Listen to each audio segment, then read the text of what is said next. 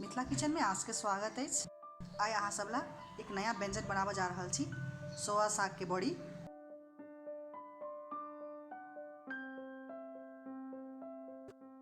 रसदार सोया बड़ी।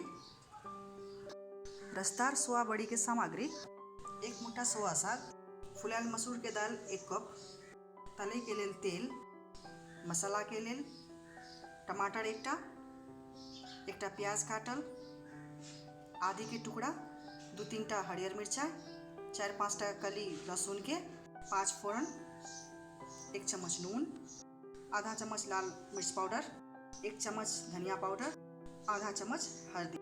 सबसे आसान होइ छै जे एके ठाम सब मसाला के पीस ली। एमे हम लहसुन, आदि, प्याज, मिर्चाई और टमाटर द के एके ठाम पेस्ट बना लै छी। मसूर दाल के पीस के पेस्ट बना लेलहुँ।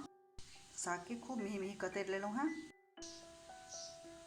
मसूर के पेस्ट मिलाकर 1 चुटकी नून, 1 चुटकी हरैद, इच्छा हो तो कनी हरियर मिर्चाई सेहो दऽ सकै छियै आ दऽ के